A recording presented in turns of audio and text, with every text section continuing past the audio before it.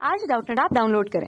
Doubtnut पर अपने सभी गणित, रसायन विज्ञान, भौतिक विज्ञान और जीव विज्ञान के डाउट्स का करो सफाया। बस प्रश्न की फोटो खींचो, एक ही प्रश्न को क्रॉप करो और तुरंत वीडियो सोल्यूशन पाओ।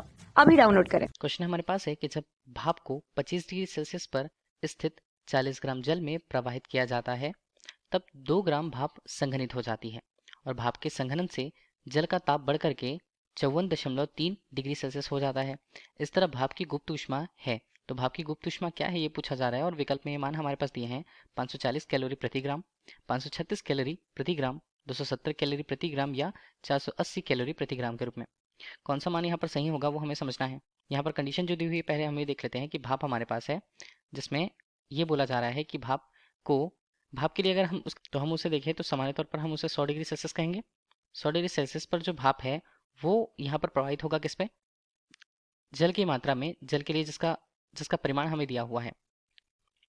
देखिए जल है, जल के लिए उसका परिमाण या उसकी मात्रा हमें दी हुई है उसके द्रव्यमान के रूप में। m का मान यहाँ पर है 40 ग्राम, ठीक है 40 ग्राम। और ताप कितना है उसका ताप है 25 डिग्री सेल्सियस। अब जब इन्हें एक साथ यहाँ पर प्रवाहित किया गया, भाप को इस जल में प्रवाहित किया गया, तो प्रवाहित करने के बाद जल का तापमान बढ़ चुका है और भाप जो है वो कितनी 2 ग्राम, यहाँ पर 2 ग्राम भाप जो है वो संघनित हो गई मतलब वाष्प का यहाँ पर। और जल का तापमान अब बढ़ करके यहाँ पर जो जल था, जल का तापमान बढ़ करके, जल की मात्रा कितनी है अभी भी वो 40 ग्राम है, ठीक है। वो तापमान जो बढ़ करके कितना हो गया 54.3 डिग्री सेल्सियस बढ़ गया, मतलब इतना मान उसका हो गया। तो हमें भाप की गुप्त ऊष्मा का मान चाहिए होगा। हम इसके लिए मानते हैं कि गुप्त ऊष्मा का मान लीजिए L है, ठीक है। तो इस बीच पे अगर हम यहाँ पर ये देखें कि भाप जो है वो संघनित हो रही है 2 ग्राम में, तो इस तरह से संघनित होने के समय पे ताप उसका कितना रहेगा, ताप तो उसका 100 डिग्री ही रहेगा, ठीक है 100 डिग्री सेल्सियस ही रहेगा। मतलब यहाँ पर क्या हो रहा है, भाप का केवल संघनन हो रहा है। संघनन होने के बाद वो बन क्या रहा है, वो जल के रूप में परिवर्तित हो जा रहा है। तो जल अभी भी तापमान कितना 100 डिग्री सेल्सियस, जहाँ ताप परिवर्तित नहीं हो रहा है, अवस्था परिवर्तित हो रही है, वहाँ पे हमें गुप्त ऊष्मा मिलती है, ठीक है। तो ये किस प्रकार की गुप्त ऊष्मा हुई, गुप्त ऊष्मा जिसे हमने एल के रूप में प्रस्तुत कर रखा। तो ये किस प्रकार की गुप्त ऊष्मा है, वाष्प से जल का बनना, मतलब यहाँ पर है संघनन की गुप्त ऊष्मा। इस तरह से उसका द्रव्यमान के रूप में 2 ग्राम दिया हुआ है। तो हमें गुप्त ऊष्मा के संगत जो मान होता है, भाप का पहले जल में परिवर्तित होना उतने ही तापमान में, तो ऊष्मा जितनी निकली है वहां पे, ठीक है, वो कितना होगा, वो होगा m गुणा L के रूप में। प्लस हम करें तो मान अब क्या बचता है, जब तापमान कितना हो गया, अब वो तापमान 100 डिग्री सेल्सियस से बदल करके 54.3 डिग्री हो गया, ठीक है। तब संवेद ऊष्मा का परिमाण यहाँ पर होगा m गुणा c, विशिष्ट ऊष्मा के मान को, और ताप में परिवर्तन जो हुआ है वो किस तरह से हुआ है। यहाँ पर मान है 100 ऋण 54.3, मतलब ये तापांतर का मान यहाँ पर बताया गया। ये जो ऊष्मा है वो किसको मिल रही है, भाप अपनी ऊष्मा जब उस जल को दे रहा है तो जल यहाँ पर उस ऊष्मा को ग्रहण कर रहा है। तो जल ऊष्मा को ग्रहण कर रहा है तो होगा क्या, 40 ग्राम उसकी मात्रा थी, ठीक है।